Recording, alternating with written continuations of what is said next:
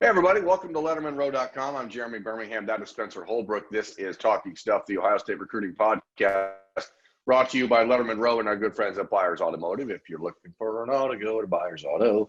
I'm so glad, Spencer, that football is back and we have more excuses to use jingles on the show.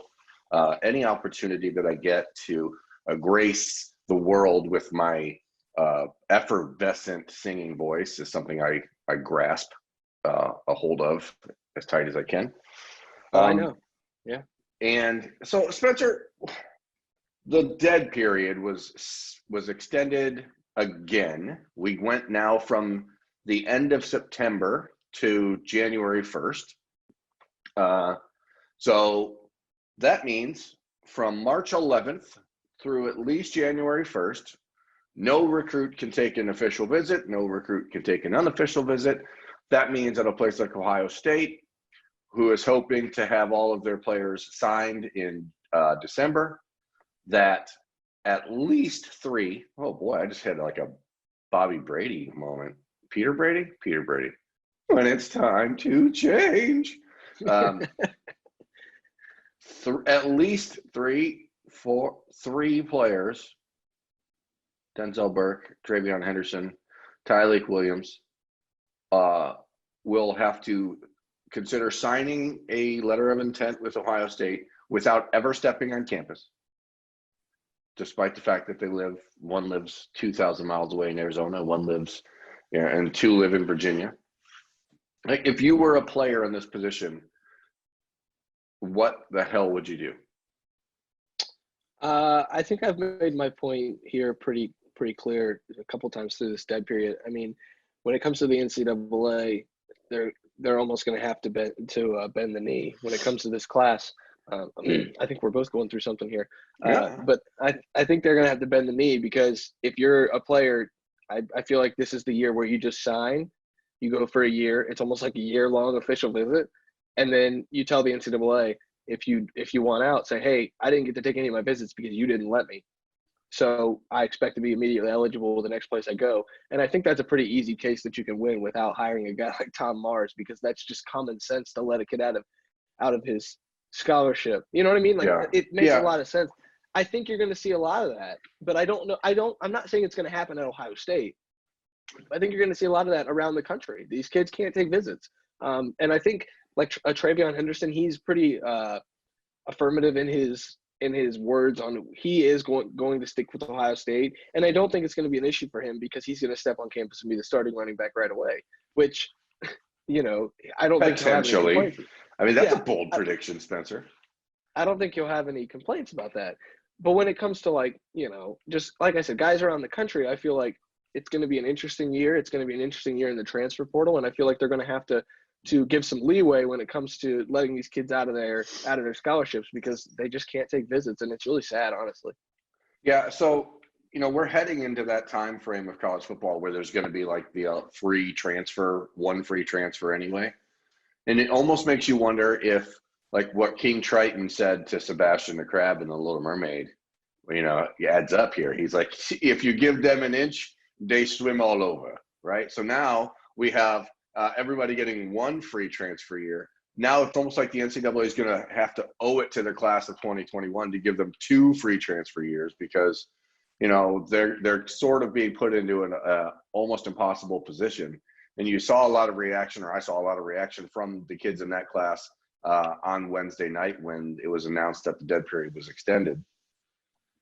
So here we are. I mean, the big question for people about Ohio State is, how does this impact the two guys really that are waiting to get another visit in, and that's Emeka Egbuka and JT Tuimoloau out in Washington.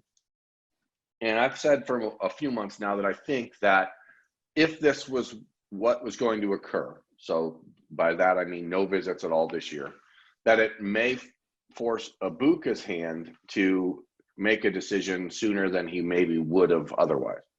So like, if there was a chance to visit in November, maybe he would keep waiting. But now I just don't know if that's going to happen. I'm not saying he's going to make an announcement anytime soon. He's not talking to anybody. He's not answering the phone or anything. So I don't know. But talking to people around the Buckeyes program, they kind of think like maybe he'll just decide to make a decision. He'll decide to decide sometime sooner rather than waiting until December or January. There was a point in his recruitment where we thought it was a good thing that he wasn't taking any visits or doing anything, because that was a good sign for Ohio State. When the recruiting dead period happened, we expected him to come to Ohio State in the spring and in the summer, and we thought that was a bad thing for Ohio State, because the longer this played out, the worse it was for Ohio State. I honestly feel like the longer this plays out, the longer he can't visit anywhere, on the university's dime, the longer he can't take any officials. I think it's a good thing for Ohio State. I really do. The more this thing goes, the more the relationship with Brian Hartline wins. And I think that is ultimately what Ohio State is going to be happy with, because Brian Hartline worked his tail off to build this relationship early in the recruitment. All the other schools got in after that, and he's continued to build it, whether Ibuka could make visits or not. Now that he can't make any visits until January, I just feel like it's going to be a lot easier for Hartline to say, hey, listen, like, we have this relationship. Well, come on home, I guess. Yeah, and there's other variables. And let them play coalition happening. So all these kids that are expecting to play next spring right now is when they're planning on playing in Washington. But now there's this push to get these kids to play in the fall. And if that happens, you could maybe see that impact Ibuka, because I don't know if he's just going to be getting restless sitting around waiting to play football while everyone else is. He is not like the type of kid that's generally pushed forward by other people or peer pressured. He's very much his own person, but it is interesting to see. And what I've found fascinating as this discussion has been happening, Spencer, is that contrary to what I think the belief of most people would be, I don't get the sense that Ohio State is very upset that the dead period's extended anymore. Like, because the Buckeyes got the news they really wanted on Wednesday, which is that the college football season in Columbus is playable potentially in October. And now if you have open doors for recruits to come visit and their families, that's just more people around your football team that you maybe don't want to risk more people around your football team right now. And so I think that there's actually an underlying level of support for the dead period inside the Buckeyes program, because they're like, hey, you know what? We've got a top 2 class in the country. We've been talking to these same recruits for forever. Maybe we don't need them on campus to get them to commit at this point. And they'd rather not have people from all over the country flying into campus and risking any sort of disruption to the 2020 season when it gets started. That makes sense. I think, yeah, that makes a lot of sense. And, they're going to take this as seriously as any school in the Big Ten. And, if Ohio State doesn't need official visits, then, the Big Ten doesn't need official visits. So, yeah. And there's other players. I mean, we saw Bennett Christian make the trip up to Columbus on his own dime and just walk around the city and get to see what it was like. Benji Gosnell, the other 2022 tight end they're really focusing on for North Carolina, has told me he's expecting to do the same thing. Like, he's going to come up and just see the city. It's one of the perks, I guess, of living in a city where there's actually more to do for these kids and their families, because it's not just come to, a cow patty town in the middle of nowhere and like that's all you can see. So you can get an idea, especially for kids like Bennett Christian from Atlanta and Gosnell from outside Charlotte. Like, these kids will feel pretty comfortable in Columbus because that's sort of what they're used to. I have to ask, if you were a recruit and if you were a 17-year-old, you were a 17. I'm not? How do you know I'm not? That beard gives it away. You were a 17-year-old at one point. If you were 17 and you were a recruit and you came to Columbus and you couldn't do the tour and the coaches meet and greet and stuff like that, what would you do in Columbus? Well, I mean, I'd still check out the campus, and that's the thing. And that's what I wrote about a little bit last week. Like, the insanity of the NCAA is that whatever they define as campus in Columbus. So if you've ever been to Columbus, Spencer, you have been, If you're out there watching this or listening to this, if you've been on Ohio State's campus, you kind of know it bleeds into the city, right? Like there's not like there's a defined line or a wall around campus. But if a player and his family arrive into town, they can talk to Ryan Day and they can talk to Kevin Wilson. They can talk to Larry Johnson or whoever else they want to about all the things they should do on campus, right? Now, the minute they cross onto the campus border, you're not allowed to talk to them anymore. Even if you're not in person, you're just not even allowed to talk to them. So you can't call them. You can't be like, oh, you guys are checking out the Woody Hayes, the outdoor practice facility. Go over, look at this. Can't do that unless they walk off of campus again. Then you can call them and be like, hey, go back to there, and then you can do this. It's so stupid. So what I would do if I was a 17-year-old recruit, which again, I'm not saying I'm not a 17-year-old recruit. I may very well be, and you just don't know. But I would check out campus. I would make a mental notes of how large Ohio State's campus is. But one thing I think you miss is the opportunity to realize how tightly packed together all the individual programs are. So like you may think the campus is huge, but you know, if you're in the business, all the business stuff is in one spot. So it's not quite as big. I would definitely check out the city of Columbus because it's a beautiful city, as opposed, like I said, one thing I've always said about Columbus and what advantage Ohio State has over most schools in the country is that it's a college city, not a college town. And you can really understand that the impact of Ohio State on Columbus, even if you're not in Ryan Day's office. So you could do anything in the city. You know, there's the Scioto Mile downtown. There's, you know, you could go to COSI. You could the Columbus Zoo. The Columbus Zoo is awesome. Dublin's great. Like there's so many great things. You know, Jenny's Ice Cream. There's a couple of those here in Columbus. Like there's so many things to do here. These recruits, you know, they should come to Columbus. Not for Ohio State. They should come to Columbus just to check it out. Yeah, so it's one of the best cities in America, and it does provide in Ohio State an interesting backdrop and a unique advantage over other schools right now because, and this is not, I mean, I know we bring them up regularly, and I don't have any sort of weird obsession or tick about Clemson, but like, if right now, would you just fly to Clemson to just hang out? If you can't talk to Dabo Swinney and the staff on campus, and you're not allowed inside of the facilities, you're not allowed inside of any of their workout rooms, or like, if you had to choose between one place to visit right now, would it be Columbus or Clemson, South Carolina? I mean, it's not a knock on Clemson, but even if you're staying in Greensboro or wherever else is close to Clemson, I don't know. I don't think that's what I wouldn't choose that personally. But is it Spartanburg? Isn't that close to Clemson? I don't know. I have no idea. It's some burg. It's either Mecklenburg or Spartanburg or Greensboro-burg. I don't know. I'm not a geographer. It's Greenville. Oh, Greenville, South Carolina. Greenvilleburg Center. Okay, yeah. I mean, I'm not a geographer. I don't care.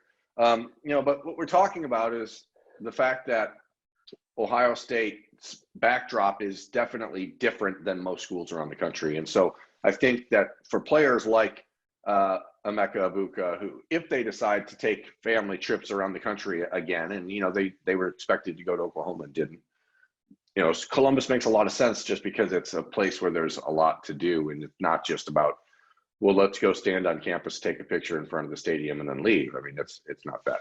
And Ohio State does not leave their stadium gates wide open so recruits and their families can take pictures in front of scoreboards that are turned on for some reason.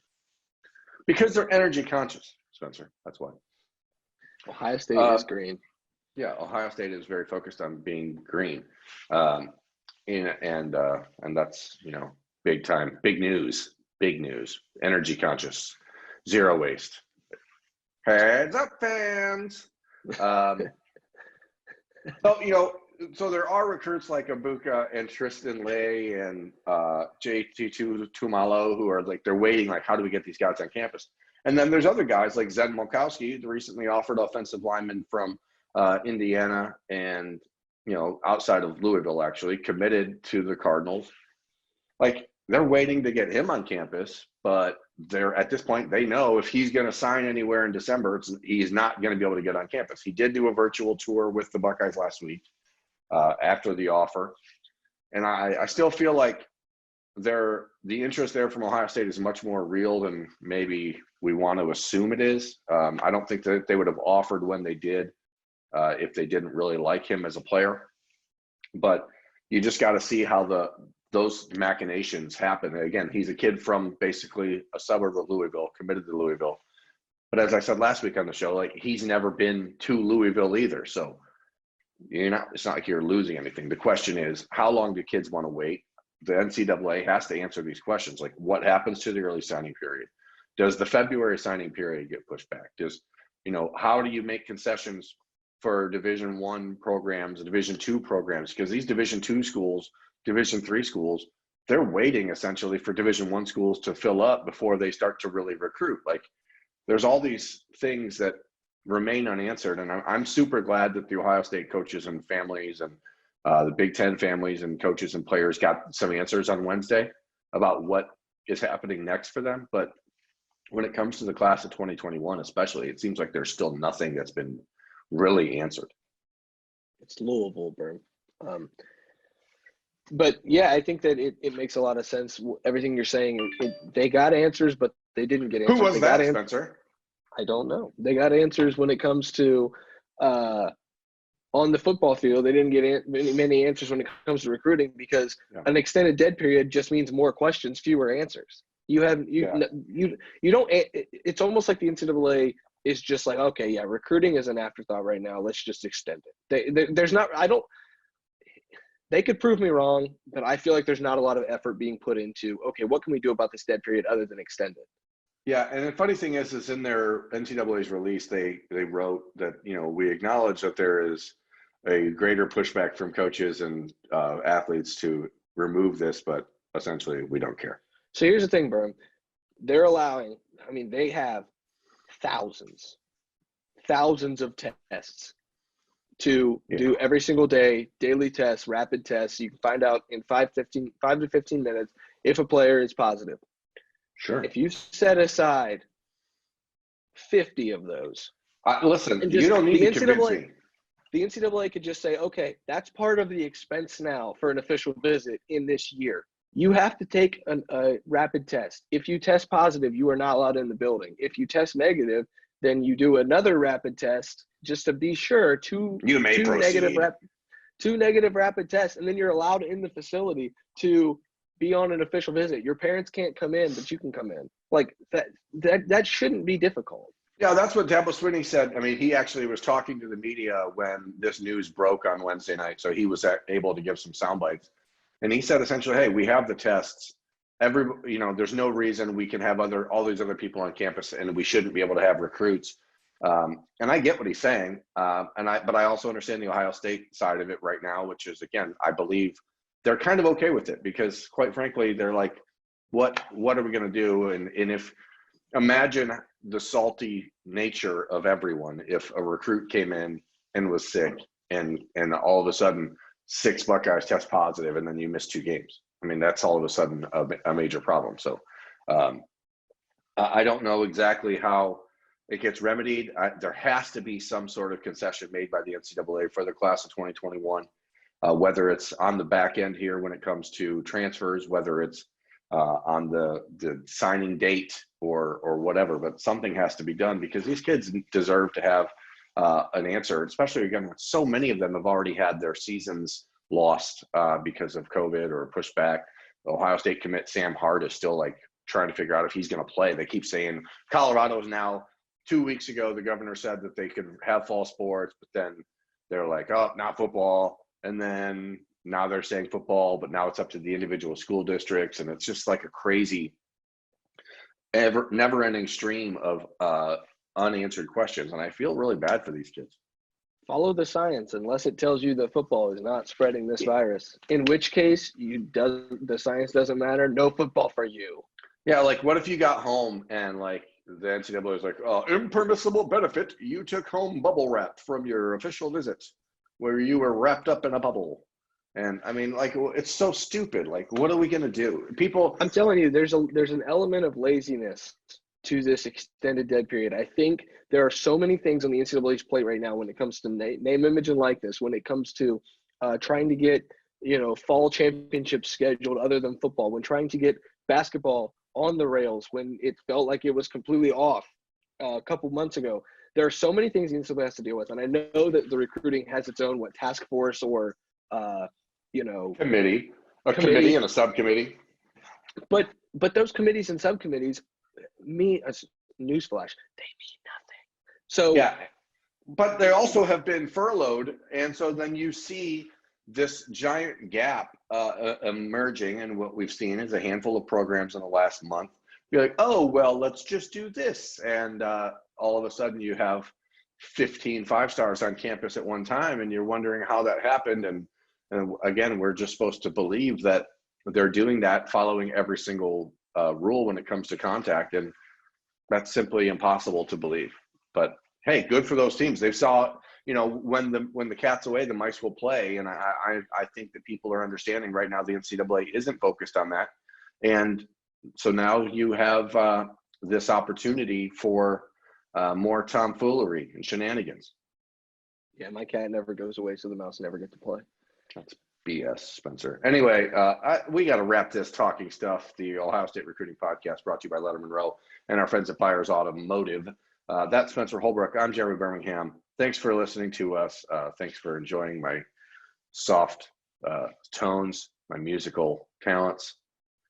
And we'll talk to you guys next time. Spencer really loves the end of our shows because he's like, what in the hell is he going to say this time? Bye, everyone.